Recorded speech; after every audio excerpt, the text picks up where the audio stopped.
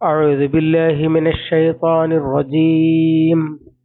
بسم الله الرحمن الرحيم. ولو اتبع الحق أهواءهم لفسدت السماوات والأرض ومن فيهن بل أتيناهم بذكرهم فهم عن ذكرهم معرضون. صدق الله العظيم. സൂറത്തുൽ മുഅ്മിനൂൻ 71. വലവിത്തബഅ അഥവാ വലൗ ഇത്തബഅ എന്നാണ്, പിന്തുടരുന്ന പക്ഷം അഥവാ പിന്തുടരുകയാണെങ്കിൽ, അൽ ഹഖു സത്യം, അഹ്വാഅഹും അവരുടെ സ്വാർത്ഥങ്ങളെ അല്ലെങ്കിൽ അവരുടെ ദേഹേച്ഛകളെ, ലഫസദത് ഫസാദായേനെ അഥവാ നശിച്ചേനെ, അസ്സമാവാത്തു വൽ അർളു ആകാശവും ഭൂമിയും, വമൻ ഫീഹിന്ന അവയിലുള്ളവരും, ബൽ പക്ഷേ, അതൈനാഹും നാം അവരുടെ അടുത്ത് വന്നിരിക്കുന്നു, ബിദിക്രിഹിം അവർക്കുള്ള ഉത്ബോധനവും കൊണ്ട് അല്ലെങ്കിൽ അവരുടെ വർത്തമാനവും കൊണ്ട്, ഫുഹും എന്നിട്ട് അവർ, അൻ ദിക്രിഹിം അവർക്കുള്ള ഉത്ബോധനത്തിൽ നിന്ന്, മുഅ്രിളൂൻ അവഗണിക്കുന്നവരാണ്.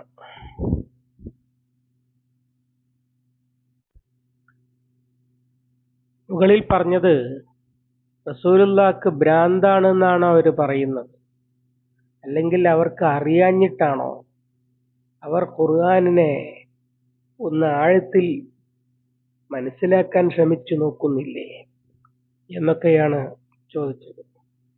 അവർക്ക് തിരിയുന്നുണ്ട്, പക്ഷേ ഖുർആനിൽ പറയുന്ന പലതും പ്രത്യക്ഷത്തിൽ തന്നെ അവരുടെ താല്പര്യങ്ങൾക്ക് വിരുദ്ധമാണ് എന്നതാണ് കേൾക്കുമ്പോൾ തന്നെ പ്രശ്നം. സംഗതി പലതും പരിശുദ്ധ ഖുർആൻ അവരുടെ ദേഹേച്ഛകളുമായി ഏറ്റുമുട്ടാതിരിക്കാൻ വേണ്ടി പിന്നേക്ക് വെച്ചതുണ്ട്. ഉദാഹരണം, മദ്യനിരോധനം, ചൂതാട്ട നിരോധനം, പലിശ നിരോധനം. ആയിഷ റളിയല്ലാഹു അൻഹ പറയുന്നുണ്ട്, കള്ള ആദ്യം തന്നെ നിരോധിച്ചിരുന്നെങ്കിൽ ബാക്കിയുള്ളത് കേൾക്കാൻ ആരും സന്നദ്ധമാകുമായിരുന്നില്ല. അങ്ങനെ മനുഷ്യന്റെ ചില ദൗർബല്യങ്ങളെ അല്ലാഹു തആല പരിഗണിക്കുകയും പിന്നേക്ക് വെക്കുകയും ചെയ്തത് കാണാൻ പറ്റും. പക്ഷെ എന്നാൽ തൗഹീദ്, റിസാലത്ത്, ആഖിറത്ത് അടിസ്ഥാനങ്ങളുടെ കാര്യത്തിൽ യാതൊരു വിട്ടുവീഴ്ചയില്ല. പക്ഷെ അവരെ സംബന്ധിച്ചിടത്തോളം അത് വലിയ പ്രശ്നമായിരുന്നു. സല്ലല്ലാഹു അലൈഹി വസല്ലമയുടെ എതിരാളികളെ സംബന്ധിച്ചിടത്തോളം ഖുർആൻ മറ്റ് പലയിടത്തും അത് സൂചിപ്പിക്കുന്നുണ്ട്. വൈദാ ദുക്കിറത് റബ്ബുക ഫിൽ ഖുർആനി വഹ്ദഹു, വൈദാ ദുക്കിർത റബ്ബക ഫിൽ ഖുർആനി വഹ്ദഹു വല്ലൗ അലാ അദ്ബാരിഹിം നുഫൂറ. താങ്കൾ ഈ ഖുർആനിൽ താങ്കളുടെ റബ്ബിനെ മാത്രം പരാമർശിച്ചാൽ അവര് പിണങ്ങിപ്പോകും. ഇദാ ദക്കർത റബ്ബക ഫിൽ ഖുർആനി വഹ്ദഹു വല്ലൗ അലാ അദ്ബാരിഹിം നുഫൂറ. സൂറത്തുൽ ഇസ്രായിലെ 46-ാമത്തെ ആയത്ത്. അതുപോലെ ഇനിയും കാണാം മറ്റു ചിലയിടത്ത്. ഉദാഹരണമായി സൂറത്തു സുമറിൽ, വൈദാ ദുക്കിറല്ലാഹു വഹ്ദഹു ഇശ്മഅസ്സത് ഖുലൂബുൽ ലദീന ലാ യുഅ്മിനൂന ബിൽ ആഖിറ. അല്ലാഹു മാത്രം പരാമർശിക്കപ്പെട്ടാൽ പരലോക നിഷേധികളായവരുടെ ഹൃദയങ്ങൾ അവര് വിറളി പിടിക്കുന്നു. വൈദാ ദുക്കിറൽ ലദീന മിൻ ദൂനിഹി ഇദാ ഹും യസ്തബ്ശിറൂൻ. അല്ലാഹു അല്ലാത്തവരെ കുറിച്ച് വല്ലതും പറഞ്ഞാൽ അവര് വലിയ ഹാപ്പിയാകും. സൂറത്തു ഗാഫിറിൽ, ദാലികും ബിഅന്നഹു ഇദാ ദുഇയല്ലാഹു വഹ്ദഹു കഫർത്തും വഇൻ യുശ്റക് ബിഹി തുഅ്മിനു.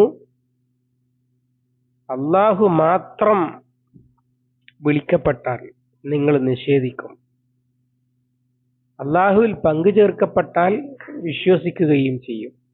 അഥവാ മക്ക മുശ്രിക്കുകളുടെ പ്രശ്നം ഇതൊക്കെയാണ്. നബി സല്ലല്ലാഹു അലൈഹി വസല്ലമയെ അറിയാഞ്ഞിട്ടല്ല, അദ്ദേഹത്തിന് ഭ്രാന്താണ് എന്നൊക്കെ പ്രത്യക്ഷത്തിൽ പറയുകയാണെങ്കിലും ഭ്രാന്താണെന്ന് യഥാർത്ഥത്തിൽ അവർക്ക് തോന്നുന്നില്ല. അതുപോലെ അദ്ദേഹത്തിന്റെ സന്ദേശം അവർക്ക് പിടുത്തം കിട്ടാഞ്ഞിട്ടുമല്ല. പകരം ഈ പറയുന്ന കാര്യങ്ങളൊന്നും അവരുടെ താല്പര്യങ്ങൾക്ക് അനുകൂലമല്ല. ഇതാണ് അവിടുത്തെ പ്രശ്നം. എന്നാൽ അല്ലാഹു തആല ഇവിടെ പറയുന്നത് അവരുടെ മാത്രം പ്രശ്നമല്ല, ലോകാവസാനം വരെയുള്ള മുഴുവൻ മനുഷ്യരുടെയും പ്രശ്നമാണ്. സത്യം അംഗീകരിക്കാൻ സന്നദ്ധമാണ്. എന്റെ താല്പര്യത്തിന് വിരുദ്ധമായത് ഒന്നും ഉണ്ടാകാൻ പാടില്ല. കള്ളുകുടി നിരോധിക്കാൻ പാടില്ല എന്ന് ചിലർ, വ്യഭിചാരം നിരോധിക്കാൻ പാടില്ല എങ്കിൽ ഇത് പഴഞ്ചനാണ്, ഇത് പുരോഗമന വിരുദ്ധമാണ്. അതുപോലെ തന്നെ ഭരണം, രാഷ്ട്രീയം അത് നന്നാവണമെന്നൊന്നും പറയരുത്. അപ്പൊ ഇത് മതരാഷ്ട്രവാദമാണ്, ഇത് മതം രാഷ്ട്രീയത്തിൽ ഇടപെടുകയാണ്. അതുപോലെ തന്നെ പരലോകത്ത് എല്ലാവരും വിചാരണ നേരിടേണ്ടി വരും, എന്നിട്ട് ചില ആളുകൾ ഇന്നതൊക്കെ ചെയ്യുന്ന ആളുകൾ നരകത്തിൽ പോകേണ്ടി വരും, അത് സമ്മതിക്കില്ല. ഇങ്ങനെ ഇതൊക്കെ സമ്മതിച്ചു കൊടുക്കുകയാണെങ്കിൽ ഈ പ്രപഞ്ചത്തിന്റെ തന്നെ അവസ്ഥ എന്തായിരിക്കും? ലൗകാന ഫീഹിമ ആലിഹത്തുൻ ഇല്ലല്ലാഹു ലഫസദത്ത. അവരാഗ്രഹിക്കുന്നത് പോലെ അല്ലെങ്കിൽ അവര് പറയുന്നത് പോലെ അള്ളാഹു അല്ലാത്ത ഇലാഹുകൾ ഉണ്ടായിരുന്നെങ്കിൽ ഭൂമി ആകാശവും ഭൂമിയും ഫസാദായി പോയേനെ. സൂറത്തുൽ അംബിയ 22-ാമത്തെ ആയത്തിൽ. അതുപോലെ സൂറ മറിയമിൽ വഖാലു ഇത്തഖദ റഹ്മാനു വലദ ലഖദ് ജിഇതും ശൈഅൻ ഇദ്ദ തകാദു സമാവാതു യതഫത്തർന മിൻഹു വതൻഷഖുൽ അർളു വതഖിറുൽ ജിബാലു ഹദ്ദ. അള്ളാഹുവിന് സന്തതിയുണ്ട് എന്ന് അവർ പറഞ്ഞിരിക്കുന്നു. വലിയ ഗുരുതരമായ കാര്യവുമായിട്ടാണ് അവർ വന്നിരിക്കുന്നത്. അവരുടെ വർത്തമാനം അനുസരിച്ചാണെങ്കിൽ ആകാശം ഉതിർന്നു വീഴാറായിരിക്കുന്നു, ഭൂമി പൊട്ടിപ്പിളരാറായിരിക്കുന്നു, പർവ്വതങ്ങൾ തകർന്നു വീഴാറായിരിക്കുന്നു എന്ന് പറഞ്ഞാൽ അവരീ പറയും പോലെയാണെങ്കിൽ പ്രപഞ്ചം തന്നെ തകർന്നു പോകും എന്ന് വ്യത്യസ്ത ശൈലികളിൽ പരിശുദ്ധ ഖുർആൻ പലയിടത്തും സൂചിപ്പിച്ചിട്ടുണ്ട്. ഇത് ആശയപരമായ കാര്യത്തിലും പ്രകൃതിയുടെ കാര്യത്തിലും വസ്തുതയാണ് എന്നർത്ഥം. അഥവാ അള്ളാഹു അല്ലാത്ത നിയന്ത്രണങ്ങൾ ഈ പ്രപഞ്ചത്തിൽ ഉണ്ടായിരുന്നുവെങ്കിൽ ഇതാകെ ഫസാദായി പോയേനെ. അതുപോലെ തന്നെ ഈ സമൂഹത്തിലെ മനുഷ്യരുടെ കൂട്ടത്തിലെ ദുഷ്ടന്മാരും വൃത്തികെട്ടവരുമായ ആളുകളുടെ ദേഹേച്ഛക്കനുസരിച്ചാണ് ഈ പ്രപഞ്ചത്തിൽ ചലനങ്ങൾ നടക്കുന്നതും അതുപോലെ മനുഷ്യരുടെ ജീവിതം രൂപപ്പെടുന്നതുമെങ്കിൽ അതെത്ര മോശമായിരിക്കും. ഈ മതങ്ങൾ എന്ന് പറഞ്ഞ് ഉള്ള ഒരുപാട് സാധനങ്ങളുണ്ട്. അവയെ അല്ലാഹു തആല വിളിക്കുന്നത് അഹ്വാഅഹും എന്നാണ്. വലൻ തർല അൻകൽ യഹൂദ വലൻ നസാറ ഹത്താ തത്തബിഅ മില്ലത്തഹും എന്ന് പറഞ്ഞിട്ട് പിന്നെ വൈനിത്തബഅത അഹ്വാഅഹും എന്നാണ്. അവരുടെ ദേഹേച്ഛകളെ എന്ന് പറഞ്ഞാൽ മതം എന്ന് പറഞ്ഞാൽ അവരുണ്ടാക്കിയിരിക്കുന്നത് തന്നെ അവരുടെ ദേശം, ഭാഷ, പാരമ്പര്യം ഇങ്ങനെയൊക്കെയുള്ള എന്തൊക്കെയോ താല്പര്യങ്ങളുടെ അടിസ്ഥാനത്തിൽ ഉണ്ടാക്കിയെടുത്തതാണ്. അതനുസരിച്ചുള്ള മതമാണെങ്കിൽ സമ്മതിക്കും.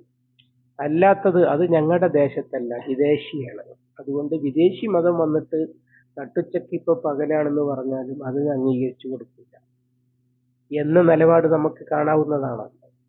ഇങ്ങനെ സത്യം അവരുടെ ദേഹേച്ഛകൾക്ക്, സ്വാർത്ഥ താല്പര്യങ്ങൾക്ക് വഴങ്ങുന്നതാണെങ്കിൽ പിന്നെ യാതൊന്നും നിലനിൽക്കുകയില്ല. അതാണ് ആകാശങ്ങളും ഭൂമിയും അതിലുള്ള മനുഷ്യർ, അതിലുള്ളവരും എന്നാണ്. ഈ ഉള്ളവർ എന്ന് പറഞ്ഞാൽ ആഖിൽ, ബുദ്ധിയുള്ളതിനാണ് മൻ ഉപയോഗിക്കുക. അപ്പൊ മനുഷ്യരും മലക്കുകളും ജിന്നുകളും ഒക്കെ ഫസാദായി പോകുമായിരുന്നു. മനുഷ്യ സമൂഹം നിലനിൽക്കുന്നത് അടിസ്ഥാന ധാർമ്മിക മൂല്യങ്ങളുടെ അടിസ്ഥാനത്തിലാണ്. സത്യസന്ധത, സ്വഭാവം, വിശ്വസ്തത ഇങ്ങനെയൊക്കെയുള്ള എത്ര ചീത്തയായ സമൂഹവും നിലനിൽക്കുന്നുണ്ടെങ്കിൽ അത് അതിൻ്റെയൊക്കെ അടിസ്ഥാനത്തിലാണ്. അതില് കൃത്രിമം കാണിക്കുന്ന, അസത്യം കാണിക്കുന്ന ആളുകൾ അവരാഗ്രഹിക്കുന്നത് അവരുടെ തോന്നിയാസങ്ങളൊക്കെ നടക്കണം എന്നാണ്. അങ്ങനെ അവർ വിചാരിച്ച സകല തോന്നിയാസങ്ങളും നടക്കാത്തത് കൊണ്ടാണ് ഇവിടെ മനുഷ്യന് ജീവിക്കാൻ പറ്റുന്നത്. അതാണ് വമൻ ഫീഹിന്ന എന്ന് പറഞ്ഞത്. ബൽ അതൈനാഹും ബിദിക്രിഹിം ഫഹും അൻ ദിക്രിഹിം മുഅ്രിദൂൻ. എന്നാൽ അവർ ഈ അവഗണിക്കുന്നത് എന്തിനെയാണ്? അതൈനാഹും ബിദിക്രിഹിം, നാം അവർക്ക് കൊണ്ടുവന്നു കൊടുത്തിരിക്കുന്നത് അവരുടെ ദിക്റാണ് എന്നാണ് പറഞ്ഞത്. ദിക്ർ എന്ന് പറഞ്ഞാൽ അവരുടെ ഫീഹി ദിക്റുക്കും എന്ന് ഖുർആനെ കുറിച്ചും പറഞ്ഞിട്ടുണ്ടല്ലോ. അതിൽ മനുഷ്യൻ എന്താണ്, അവരുടെ പ്രകൃതിയുടെ വിവരണം എന്താണ്, മനുഷ്യൻ എങ്ങനെ ഉണ്ടായവനാണ്, എന്തിന് ജീവിക്കുകയാണ്, ഇങ്ങനെയൊക്കെയുള്ള മനുഷ്യ ജീവിതത്തിന്റെ യാഥാർത്ഥ്യം അതാണ് അല്ലാഹു തആല. എന്താണ് മനുഷ്യൻ, എവിടുന്നുണ്ടായതാണ്, എന്തിന് ജീവിക്കുകയാണ്, ജീവിതത്തിന്റെ ശേഷം എന്താണ്, മനുഷ്യൻ മൃഗങ്ങളുടെ കൂട്ടത്തിലെ ഒരു മൃഗം മാത്രമാണോ, ഇങ്ങനെ മനുഷ്യ ജീവിതത്തിന്റെ യാഥാർത്ഥ്യം അല്ലെങ്കിൽ മനുഷ്യന്റെ വർത്തമാനം അല്ലെങ്കിൽ മനുഷ്യനെ കുറിച്ചുള്ള വിവരണം അതാണ് അല്ലാഹു തആല കൊണ്ടുവന്നിരിക്കുന്നത്. എന്നിട്ട് മനുഷ്യർക്ക് അവരെന്താന്ന് പറഞ്ഞു കൊടുക്കുമ്പോൾ അവർ അവഗണിക്കുകയാണ് എന്നാകാം അർത്ഥം. ദിക്ർ എന്ന വാക്കിന് വേറെയും അർത്ഥമുണ്ടല്ലോ. ഉദാഹരണമായിട്ട് ഉപദേശം,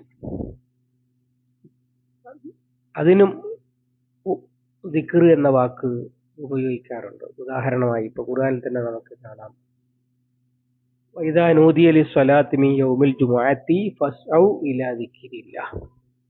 അവിടെ ദിക്റിലേക്ക് ചെല്ലുക എന്ന് പറഞ്ഞാൽ ഖുതുബ കേൾക്കാൻ ചെല്ലുക എന്നാണ്.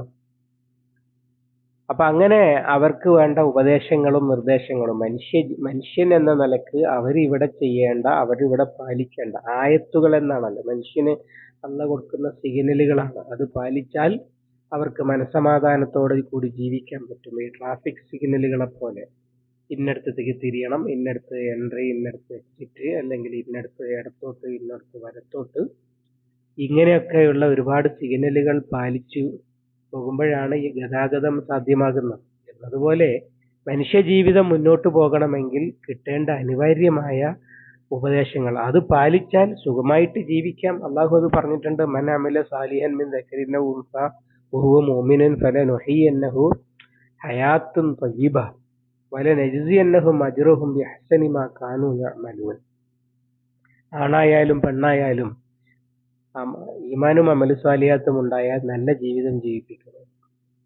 അങ്ങനെ അവർക്ക് വേണ്ട ഉപദേശ നിർദ്ദേശങ്ങളാണ്. ഒന്നാമത്തത് അവരുടെ യാഥാർത്ഥ്യമാണ്, അവരെന്താണ് എന്നാണ്. രണ്ട്, അവരെങ്ങനെ വേണമെന്നാണ് പറയുന്നത്. മൂന്നാമത്തത് പിന്നെ അവർക്ക് അന്തസ്, അതിനും ദിക്ർ എന്ന് പറയും. ഉദാഹരണമായി ഖുർആനിൽ തന്നെ വറഫഅനാ ലക ദിക്റക, നാം താങ്കളുടെ പ്രസിദ്ധി ഉയർത്തിയിരിക്കുന്നു എന്നാണല്ലോ അർത്ഥം. അങ്ങനെ അവർക്ക് അന്തസ് കൈവരുന്ന, അള്ളാഹു അതും പറഞ്ഞിരിക്കുന്നു, ഫലില്ലാഹിൽ ഇസ്സത്തു വലി റസൂലിഹി വലിൽ മുഅ്മിനീൻ. മുഅ്മിനീങ്ങൾക്കും റസൂലിനും അള്ളാഹ്ക്കുമാണ് അന്തസ് എന്ന് പറയുന്നത്. അതുപോലെ വലഖദ് കറംന ബനി ആദം, നമുക്ക് തന്നെ അറിയാം മനുഷ്യൻ പരിശുദ്ധ ഖുർആനിൽ അള്ളാഹുവിന്റെ ഖലീഫയാണ്, ആദരണീയനായ സൃഷ്ടിയാണ്. അതുകൊണ്ട് തന്നെ മറ്റൊരു ജീവിയെ കൊല്ലുന്നത് പോലെയല്ല മനുഷ്യനെ കൊല്ലുന്നത് ഗുരുതരമായ കുറ്റമായിട്ട്.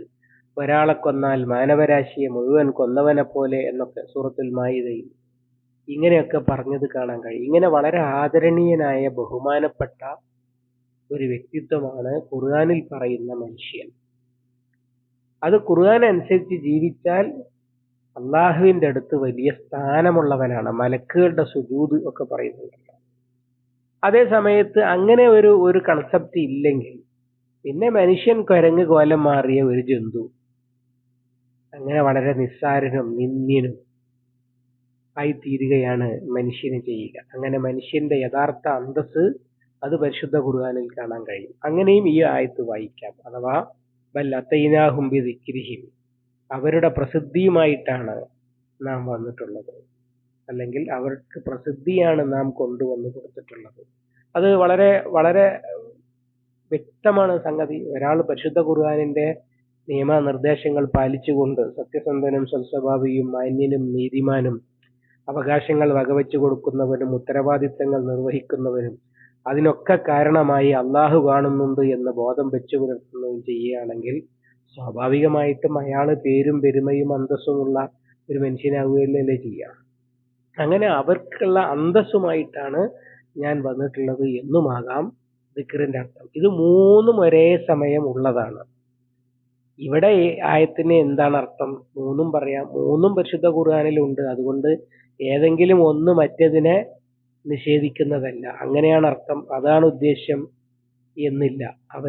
അവർക്ക് അവരുടെ യാഥാർത്ഥ്യം പറഞ്ഞു കൊടുക്കാൻ, അവർക്ക് വേണ്ട മാർഗനിർദ്ദേശങ്ങൾ നൽകാൻ, അവർക്ക് പേരും പെരുമയും പ്രസിദ്ധിയും അന്തസ്സും അഭിമാനവും ഉണ്ടാക്കി കൊടുക്കുന്ന കാര്യം ഒക്കെയായിട്ടാണ് വന്നിട്ടുള്ളത്. പക്ഷേ എന്നിട്ട് അവരോ ഹും അൻ ദിക്രിഹിം മുഅ്രിദൂൻ.